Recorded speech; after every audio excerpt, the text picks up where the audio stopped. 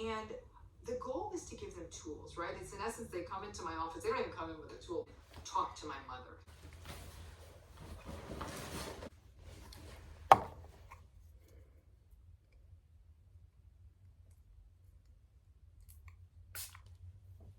So it works.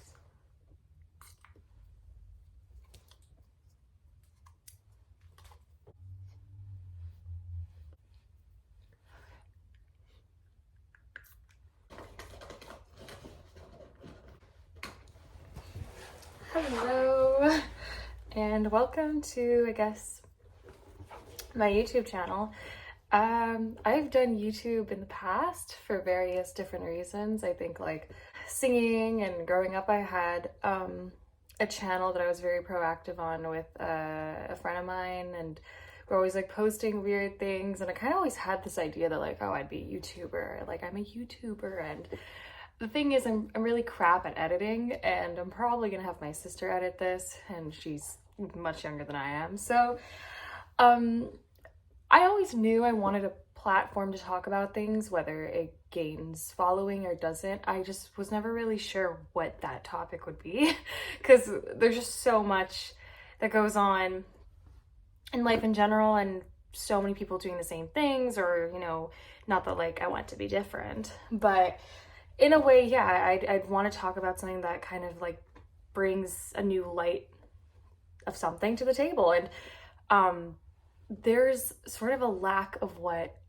I'm interested in talking about, I find, on the internet. I mean, it exists in different forms, but really what I want sometimes is comfort in these moments of trying to find these types of videos. So I think that's my goal with this, and I hope it lands somewhere properly and to the right people. So I just want this to be sort of like,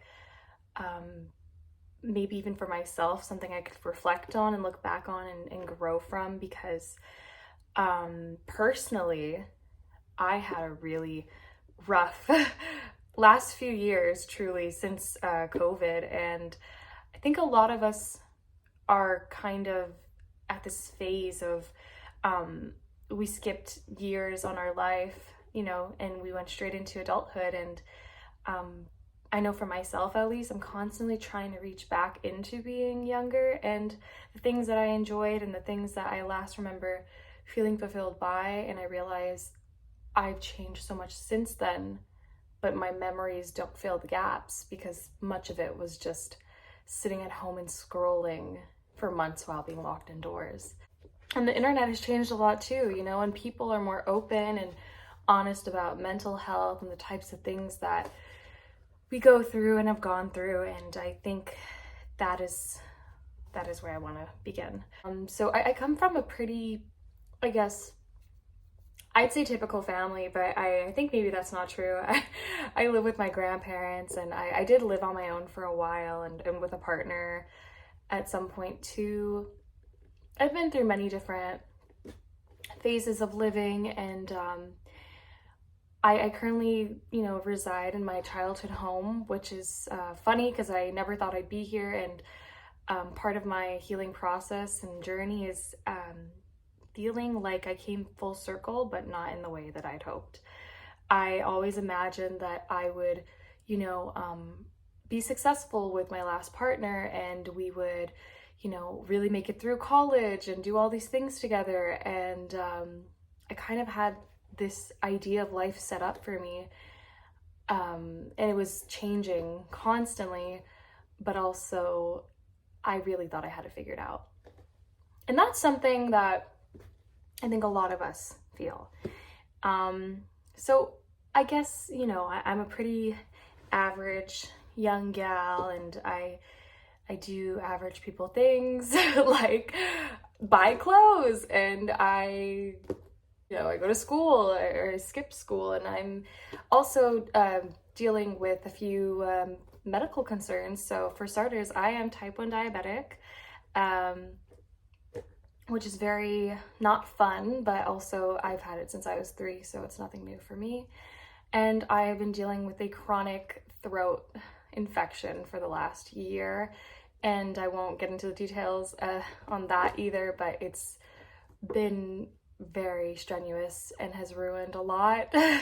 So I'm on antibiotics and hopefully surgery, and there's so much to be discussed with that. I guess I could get into what I'm studying, but I can't talk about like where I work and stuff. But I'm studying special education. I want to work with kids that have developmental disabilities, and my clientele, my desired one is preferably children with autism, kids on the spectrum.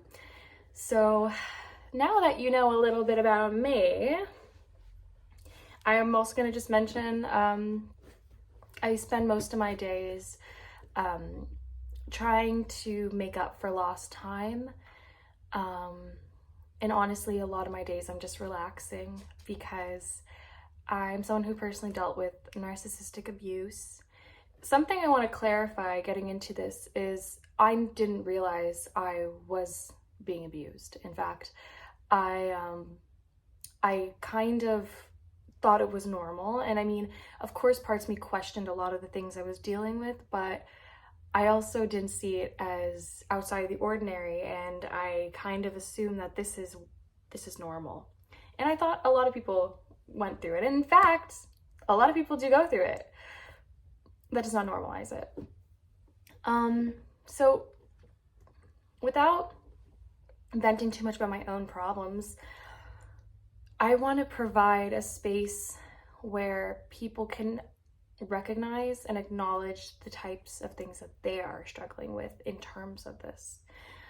Narcissistic abuse can be very challenging to deal with, and I won't get into the technicalities of what is and isn't narcissistic abuse, just because there are so many things we can go over, and you know, like for starters, I have a friend who was love bombed into a relationship, and when she begun the relationship, it kind of dissolved quickly because the person she was with was not entirely who he had presented himself to be from the start, you know, and that is something a lot of young people face. And I'd also like to just mention that sometimes abuse comes from people who may not even recognize that they are abusive.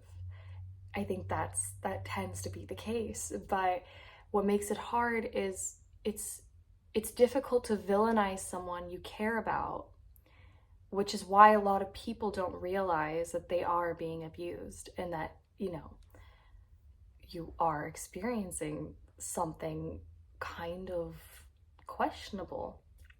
And some signs for myself that kind of made me realize what I was going through, maybe not when it was happening, but afterwards, would be the questioning of my memories. So, like, did this happen this way? Or, wait, I could have swore it was like this, and then really not believing my own thoughts that I knew to be true. This can be so hard, you know, and it still affects me to this day, and I'm not going through that anymore. It changes your perception. So, you know, you kind of hear other people's stories, or you hear things people are going through, and things that maybe before you'd be like, oh, big red flag, absolutely not. Now you're sort of like, oh, well, here is an excuse for that behavior or that action, you know. And I think the worst was when I was coming to people about things I was going through, and they were also in similar situations. And in order to sort of cope with their realities, they would help me normalize my reality. And that tends to be a really big issue, I think, among many people, especially like young girls who are confiding in each other, or like, I'm not gonna stereotype or generalize, but just from my own experience, it was that kept happening, you know? And it could be really scary. So I just kind of wanted to run through things that really I had to get out there to kind of understand what I'm referring to. when talking about this, because these are the sort of things like manipulation and gaslighting and all those really big words that we do know. I think my issue with a lot of the platforms I see talking about these things is the inability to actually comfortably admit that we can still really be attached to our pain, you know. And I'm not saying the person behind the abuse necessarily, but that time frame. And maybe people can relate, but I know I look back on the years that I had spent dealing with these issues, and I had really, really lost myself to this time period. And there's no blaming, but I find myself often trying to kind of make up for it, or beat myself up, or really even get lost in thought every day about if I would have just done this, or if I would have just done that, or if I would have just left, you know, if I would have just realized what I was going through. And the truth is, you really sometimes can't. And that's where it becomes so important to find good outlets and resources and people who could. I'd also like to really encourage the idea of therapy. I think there's so many taboos when it comes to therapy, because people are sort of, you know, they have this expectation of like a therapist is someone you talk to and they solve your problems, and it's not like in the movies, or sometimes it doesn't work. The thing is, therapy itself is not going to fix you, obviously, but when you go to a therapist, it actually does help you organize your thoughts, and the progression of healing alongside, you know, being able to understand yourself and understand where like the root of a lot of your fears and hardships come from, it changes everything, I think, at least.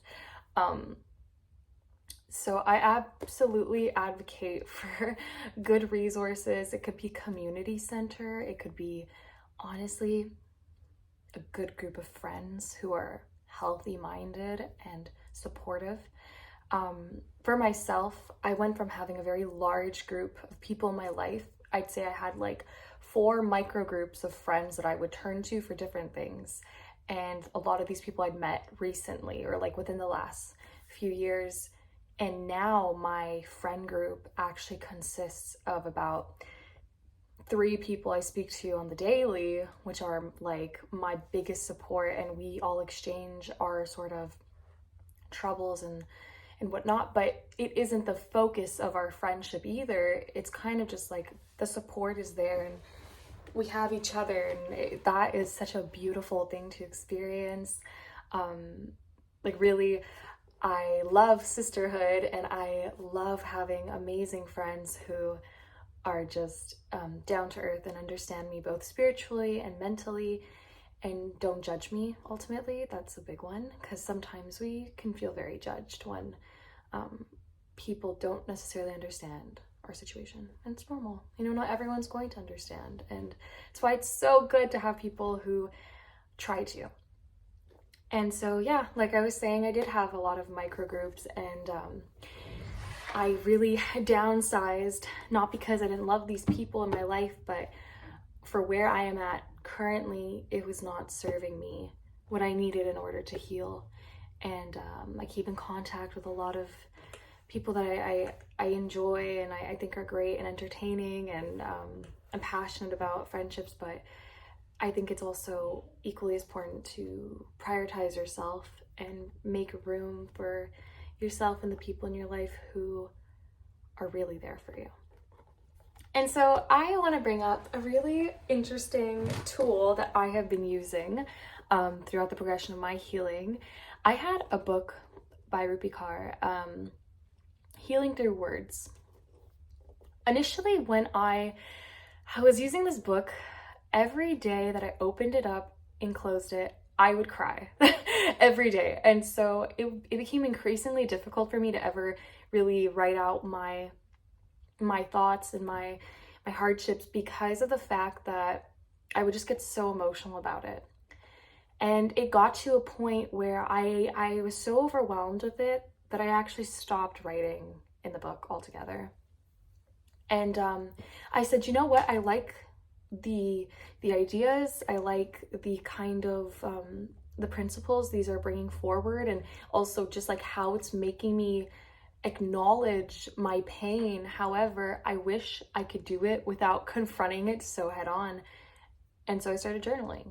And journaling for me was kind of my path. And I think I needed that structured healing through words sort of book with, like, you know, different exercises to really get me started on my own journey of writing. And that became much bigger than I thought it would, and became a good outlet for me. Growing up, I used to sing a lot. That was a huge thing. I sort of fell out of touch with that because of my throat condition. And I try when I can, but when it's too challenging, I don't beat myself up. I just allow my hands to do the work that my voice would do. And so I'm not going to get into what I journal about. Maybe not now. We could eventually, but I could definitely like read at least just a sentence and kind of show you what I like to journal about and sort of what speaks to me. So, you know, this was around the time that everything had happened for me, and we can get into all that some other time. So here is a sentence, or a few, that I wrote down that I would like to share with everyone. So I wrote, I've discovered I am a highly sensitive person. This can be a great thing, but can also be extremely difficult to cope with. The company I keep, plus the energy I meet, plays a vital role in my thinking. It's important to realize how others' moods, opinions, and ways of being can affect us. My best self is surrounded by people I love, who serve me the best, positive feelings, friendships which fulfill my being so deeply, and mutual love with all of those who I encounter. My sensitivity is a power. It wards me of bad vibrations. It excites my system in times of joy, and it keeps me safe. It's a part of my being. So that was actually a whole page, but you get the idea. It doesn't have to be this, like, you know, super depressing or kind of like jot it all down type of journal. It could just be understanding the parts of you that are a bit too painful to discuss sometimes. Or, you know, I had a lot of trouble for the longest time saying I was a sensitive person, and I think I own it now. And part of why I was also easy to take advantage of was because I was a highly sensitive person. And beautiful and deep people tend to attract many different types of souls. And I think that, you know, we are all here for completely different reasons. We all have our purpose. We all have people we are meant to meet. You know, people stay for, what is it, a reason, a season, or a lifetime. And part of that journey is to encounter other people and advance our souls and really reach where we're meant to be. It can be so hard to acknowledge our faults because there's a lot of people who kind of sometimes, you know, feel hopeless when they realize their issues. But I also think that just as equally important, we can acknowledge these things that are our faults and turn them into something that we also admire about ourselves. Part of humanity is that it's kind of random, and us as people, we're a bit random too. And so if you notice, this video doesn't necessarily have one concrete structure. I'm not diving into abuse. I'm not diving into all of these, you know, signs or what it means, or really what I want to bring is a safe space for people to understand that healing is always possible. It's not linear. Right now I feel great. before I was crying. This morning I felt okay. And yesterday was an awful day. Every day is going to be different. And that is just really part of the process. I do believe one day I will feel so good that when I look back on this, I'll be like, I remember in that video when I was sitting there on my floor in my bedroom after watching some videos and, you know, like feeling inspired and whatever my reasons will be.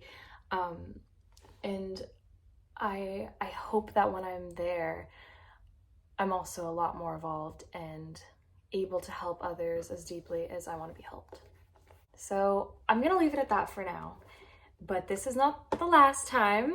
I want to post more, and I want to talk more about these types of things and healing and what works for us and recognizing our own patterns and sort of like, you know, self-help, but with no guidelines. Self-help with no structure, just kind of figuring out what works for us as individuals, because that's what's really going to help us ultimately. Thank you so much, and I hope everyone takes care. Bye-bye.